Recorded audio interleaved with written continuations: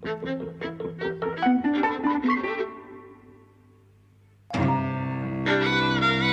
everyone, and welcome to Eavesdropping at the Movies. I'm Mike. And I'm Jose. The Death of Stalin. Well, before we start, I just kind of want to say how outraged I was by the projection. Okay, let's yeah, I've calmed down a bit now. Yeah, you might be surprised to see that I have calmed down. But I was incandescent. I mean, the first 15 minutes of the film were out of focus. You know, we screamed out, no response. There was clearly no projector at all in the booth. You know, then you went down. Well, I went down before even the first shot of the film. Yeah. Because I'd seen it, because it was out of focus in the trailers and everything. Then nothing was done. Then I went down, and they said they would restart the film, which is what they should have done. And then for 5 minutes afterwards, stewing in the seat, like really just kind of completely enraged. I mean, I couldn't focus on the film because I was just so enraged by such little care, you know, for what they were showing, yes. Really. And the waste of all the customers' time. You know, it's not easy to get to the cinema. It's expensive, and they're not even like showing it in focus. And then once they realize that it's not in focus, they don't even restart the film. So you feel, what the fuck have you purchased then? And why don't they care? Right? And this is at a time when everyone's saying, oh, cinemas, you know, they're losing customers. People are losing the habit of going to the movies. Well, no fucking wonder. I mean, it's just outrageous, really. So anyway, there's my rant. But I think it also has a bit of repercussions because, you know, how can you talk about a film in which you've missed the first 15 minutes? And actually, something delicate like a comedy, right? Which you know, it has to set up a tone. How do you go into this mood for comedy when you've been incandescent with rage for 15 minutes? That was my challenge, right? So perhaps kind of credit to the film that, you know, the rest of what we saw actually won you over instantly. It's really great. I hope fucking Cineworld hears this. It was Cineworld, Birmingham Broad Street, 12:50 screening. 12:10. 12:10. Okay, that's out of the way now. Let's talk about the film. Okay, so... We saw The Death of Stalin, eventually, which is an Armando Iannucci film. Right. Which I was looking forward to. It seemed to come out of sort of nowhere because I was expecting... I'd heard after, he'd done The Thick of It, he'd done In the Loop, and he'd done Veep. And I heard the next thing he was working on was going to be this robot comedy where robots have... AI has advanced to the point where it's intelligent enough to take over the world. Mm. But robot bodies are still, you know, terrible. Like now, they fall over and stuff. And yet they decide that now is the time to strike. Mm. That's what I'd heard the next film was going to be, which is a great idea. Then this Death of Stalin comes out of nowhere. So it's this comedy based on the Death of Stalin in, was it 1953? Yes. And kind of all the politicians who surround him arguing, scrambling for power, making deals, and it follows very much his the Thick of It and In the Loop and Veep style of filmmaking, which is handheld, snatched conversations, people talking over each other. I imagine there's a good degree of improvisation like there is in the other projects. So yeah, what do you think? Well, you know what I mean. As I said, you know, once I calm down, I think it's extraordinary, right? First of all, it's so witty, right? To A, do it as a comedy, and B, to kind of maintain a particular kind of tone amongst all. I mean, there's great comedians, there's great comic actors, right? Steve Buscemi, Simon Russell Beale, and a lot of others that I can't recall the names right now. But to maintain... I can list them up for you if you like. Yeah, Jeffrey Tambor, Michael Palin, Paddy Considine, Paul Whitehouse, full of them. Fantastic cast, right? And it's all done with like a very light touch, really. You know, so on the one hand, you have this subject matter, which is really kind of grotesque, right? And on the other hand, you know, it's done with like this incredible, ironic kind of, you know, touch that makes everything seem funny. And it's funny not only in terms of dialogue, but actually in terms of performance and also in terms of camera. Like, you know, this is a real interesting case in terms of, you know, what you were saying a few days ago about, the differences between American comedy and the American comedy has lost. Was I saying this? I don't know. Yeah, well, I wasn't talking about American comedy the other day. This is someone else that you're thinking of. No, I'm thinking of you. Really? Yes, you were talking about all those Pineapple Express films and films like that, which they're all improvised and kind of they all depend on particular lines to be funny, and actually particularly improv lines usually. And I have. Well, I don't think I was talking about this recently, but I have talked about that kind of thing before. Yes. There's just not. Well, what you get in those so films, let me ask you, what is your theory? Well, it's not a theory so much. It's like, and I'm not the only person to say this, but those films rely heavily. I remember when they made. It may have been Anchorman. It was one of the Judd Apatow films in the sort of mid 2000s, and Judd Apatow bragged about how they shot 1 million feet of film. Yes. Which is like that's kind of 3-hour long drama sort of territory. That's a good deal of film to shoot. You don't shoot that on a comedy. And what he was bragging about was we were so full of ideas and we were improvising so much, and it's what you get in the film is lightly edited improvisation. That's not my phrase. That's a phrase by Tony Zhou, who makes a YouTube series called Every Frame Painting. It's great. Lightly edited improv, which is there's no cinematic technique in it, because you just have to keep filming in a kind of very general way until someone says something funny. So you don't get kind of camera jokes or visual gags. It's all based on the dialogue, people coming up with a funny line, which they do, but it's like you end up with this kind of half a film. And there is a certain element of that in Armando Iannucci stuff as well, because they heavily improvise a lot of it, and a lot of it is about kind of just trying to fit in the cameras around the performers and snatching the shots where they can. But they are more planned than that. They work harder on it. They do actually build a script out of what they make. This is a lot of visual gags. There are visual really gags brilliant ones, actually. And this film in particular is actually more, I'd say, kind of visually designed or visually prepared than his other stuff, which is, The Thick of It and In the Loop and Veep are all set in offices, basically. They're set in offices, and they're kind of reasonably bland, sort of quite simple sets for the most part.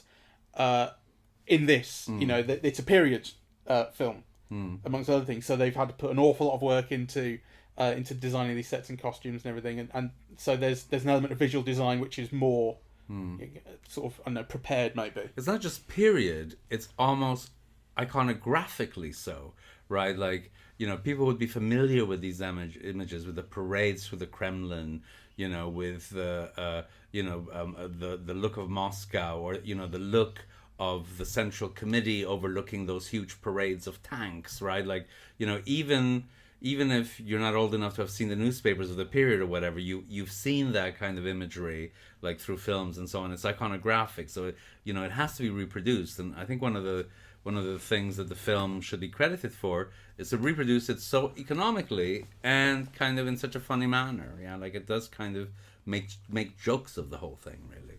Yeah. And who knows? Oh, actually, who knows what the budget is? I wonder if there's any information on that. But it looks fantastic. It looks fantastic. It looks incredibly fantastic and convincing, no matter how much money they spent on it. I don't know, but there are certain shots as well there, because it's not just. Although it does. A lot of it is set in meeting rooms and offices and that sort of thing. Still, with just a bunch of characters in a scene, sort of standing around. There are these scenes where. There are more orchestrated scenes where they've had, looks like, thousands of extras, sort of all mourning the death of Stalin, or climbing off trains and getting shot. Like that's that's proper filmmaking, if you like. Yes, I think there's a couple of things that I want to say that in a way, well, one is around the film. So following on from The Snowman from last week, one of the things that I noticed that I find interesting is, again, to me, this is an example of a kind of a European film. Yeah, it's based on a comic book. It's made with Belgian, French, UK money. Yeah, the cast is largely UK, with a couple of American semi-stars. Yeah, Rupert Friend, who's wonderful. He's English. Oh, is he English? Yeah. Okay, well, there you go. So only Steve Buscemi and Jeffrey Tambor from Transparent, who's wonderful.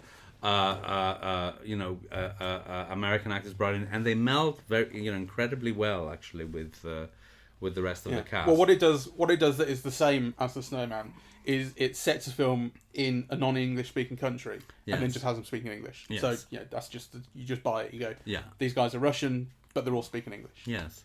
The other thing that I wanted to kind of pick on really is, the theme subject matter, because in a way what it takes is this historical incident, and then it shows the cravenness, the cowardice, the search for power, the willingness to do everything to kind of maintain power, the disregard for life and ideas, the competition, structures, the competitiveness, and actually I think kind of in a way it lends itself very, very easily to read a contemporary situation in both Britain, and the US, where you have all of these cowardly, craven politicians saying things they don't believe, acting on things that they don't believe, merely as a way of maintaining power, and kind of elucidates that through laughter.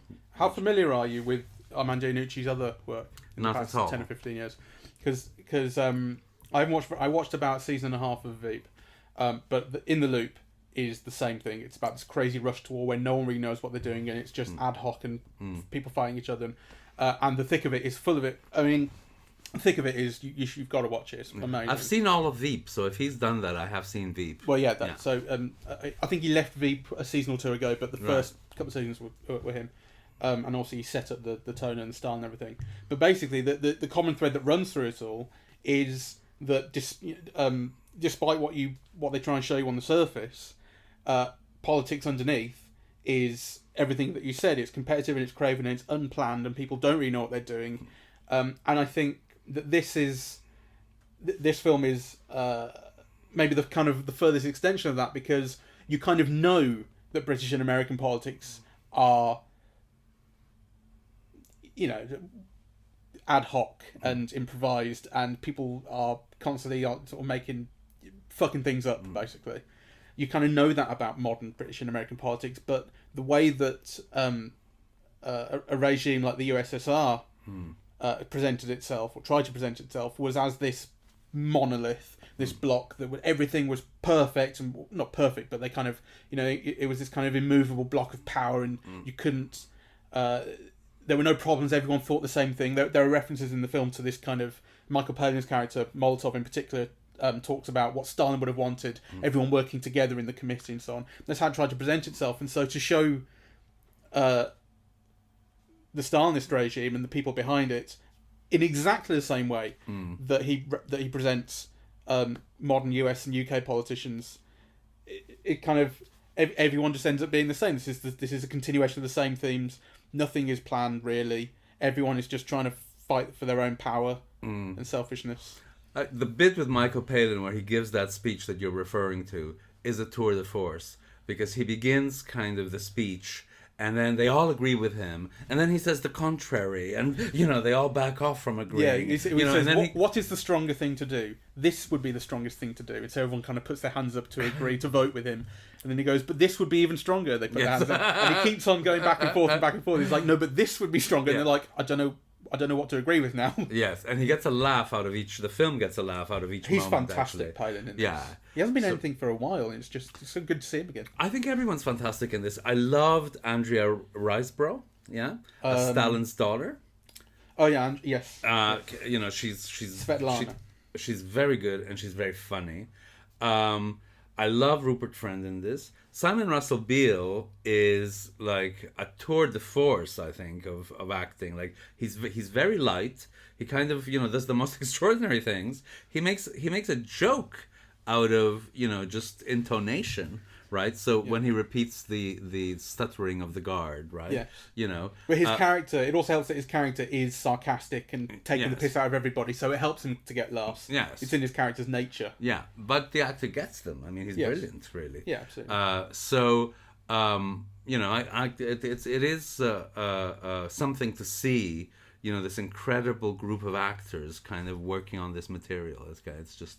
I mean, it is, in some respects, it is the best version of that kind of Judd Apatow type of filmmaking, which is not to say that it's very much like those films, but in terms of... It's nothing like those films. No, it's not. but in the most basic sense, it is a case of getting a group of actors in a scene and just having them play off each other, and not doing very much with the camera to accentuate that. There are moments where it makes visual gags and uses the camera and so on, and set and that sort of thing to make gags, but a lot of the time it is still just people in a room talking. Yes. And it is a joy just to watch these people doing such a great job, interacting so freely. When Jason Isaacs comes in and just starts fucking taking the piss out of everyone and being aggressive and from Yorkshire, fantastic. Yes. He steals every scene he's in. I think one of the things that's worth pointing out is that often those scenes are kept in kind of medium long shots. So actually that you do see all of the characters, all of the actors interacting with each other as they play those characters. It doesn't shortchange you. Yeah. It shows you what you want to see, and it's just very pleasant, sort of to see it. So, a very witty, very sophisticated, and I think a very pointed film, which is a critique not only of the historical events depicted, but actually a very sharp critique of the world we live in now. Go on. That's all I wanted to say. Well, how does it critique the world that we live in now? Well, by kind of drawing parallels with what the film is depicting. I mean, it is kind of extraordinary that nobody believes anything, right? And that would be bad enough, right? But nobody believes anything in a very murderous way. They think nothing of, shooting people left and right. Actually, every time that there's a shift in power, all of these people die just by kind of being associated with the previous ones, right? So, everyone's out for themselves. They just don't want to be caught, right? They're willing to do anything not to be caught and to maintain their position and to rise, right? So kind of when you look at, what the current government is doing, which actually was described just in The Guardian, as a bunch of public school boys, having an argument and bringing the nation to the brink, as a result of their own individual pursuit of power, you can see the parallels with this, very easily. I think that's very true. What I would say is actually in that respect, I think it has... on the one hand, you could say it has something in common.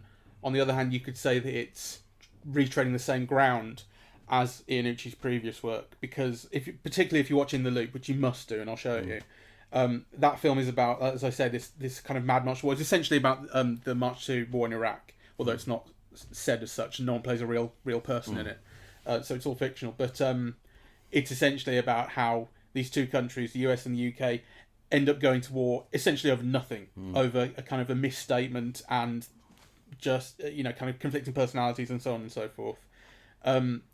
In that respect, the Death of Stalin really does kind of tread the same ground. It says very much the same things, which I guess I was slightly disappointed by. I didn't know what to expect from it, because I had no idea. I'd heard he made the film about the Death of Stalin. Brilliant! I'm going to go see it because I love Armando Iannucci. It wasn't a laugh riot. It's not his funniest film. It's not his funniest piece of work.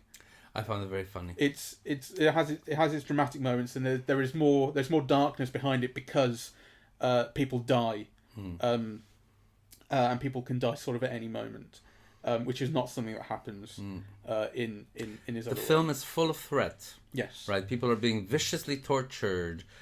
People are being sexually abused. There's a shot of the girl in a cage. Yes. Or in a prison cell. Yes. And what's his name? Beria, Simon Russell Beale's character.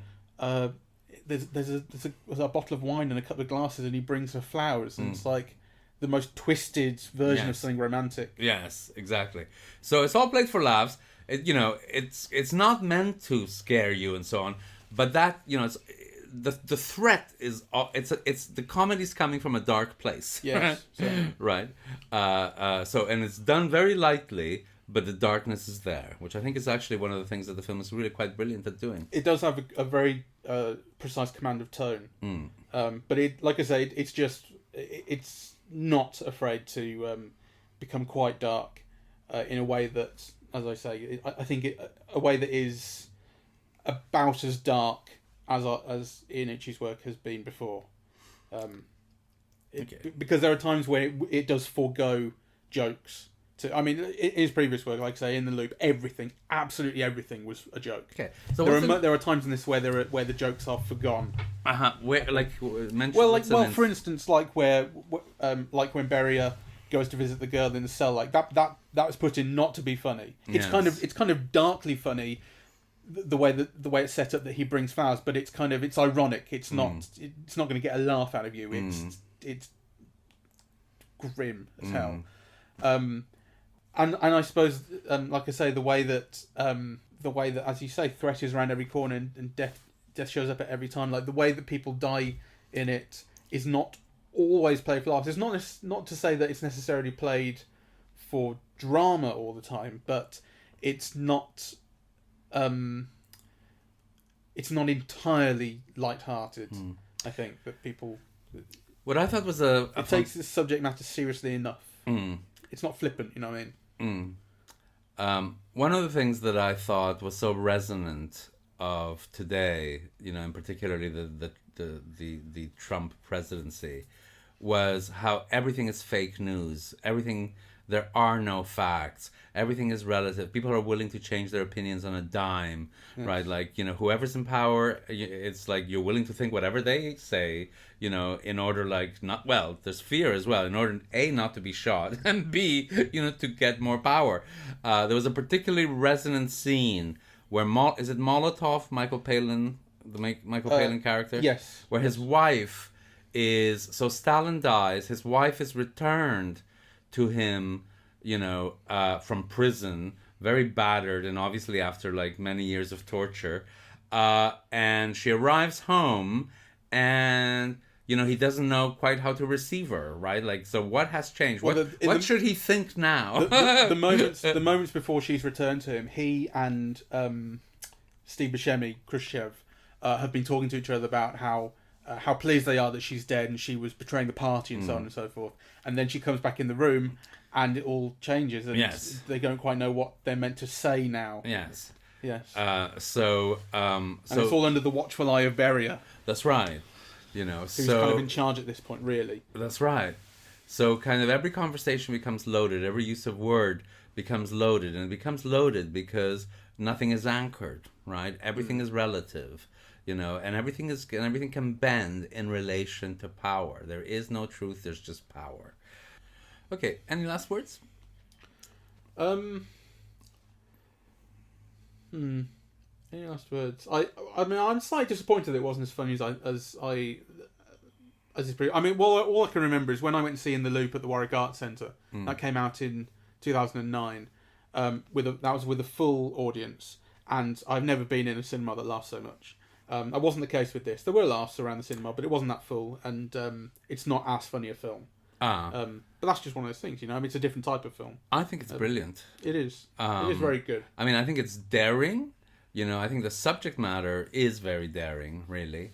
I think it's brilliantly done. I think it's an extraordinary achievement, in terms of the maintenance of that particular tone, which is both dark and cutting and funny, and made possible by some of the finest actors in the English language, conveying and maintaining this ironic tone that permits them to get laughs out of this very dark material. I think it's an incredible tour de force of a film, and I do think it's very funny. I mean, obviously, I can't compare whether it's funny or not funny, no, sure. or and so many of those things, depend on so many factors. But I think on its own, it's a tour de force. Well, fair enough. I mean, those were big words. I think it. I mean, yeah, tour de force for me would be putting it quite strongly, but I think it's a sort of uncommonly good, and I suppose there's no way that any scene could sort of be improved. Like, it is the most perfect version of itself. Do you know what I mean? Like, there's no flaws. Okay. Right. So no, but I mean, that's not to say. You're so English and measured. Tour de force is quite strong, but nothing can be improved. But it's like but also what I'm getting at is that I wasn't kind of rolling around with laughter, which but then who knows whether you should be or not. I mean, yes. To be fair, all I've seen on Twitter is fucking people retweeting, "Oh, the funniest film I've ever seen," blah blah blah. It's like, I just have to turn off Twitter when that happens because people just fucking say things. Well, you know what I mean? I haven't. People just say, "Oh, it's the funniest thing ever." It's like, oh, it's not, is it? Come on, I mean, it's good. It's really good, but this isn't Airplane. Yeah. Anyway. Let's leave. It's good. It's a good film. Let's leave it there. I'm glad they made it, but I want to see the robot one next because because basically for the last since 2004 or 5 or so, since the thick of it started, Iannucci's been doing various versions of this kind of aggressive, sweary political comedy of people fucking things up and being angry at each other and so on and so forth. And it would be nice to see him take a break from that and do the robot thing. Okay. Well, you know what I want to do? What this made me very much want to do? Actually, it made me want to see it again because I'm so resentful of that, that fucking carelessness with the focus at the beginning of the screening. Yes. And B, it very much made me want to read these comic books, actually. I'm very eager to see graphic novel. Graphic novel, yeah. I want to see what material they were working with to come up with this, actually. It's been translated from the French original La Mort de Stalin. Who knows what that means? Well, it's I want to dead language. Okay, on that note, let's end it here. Jolly good.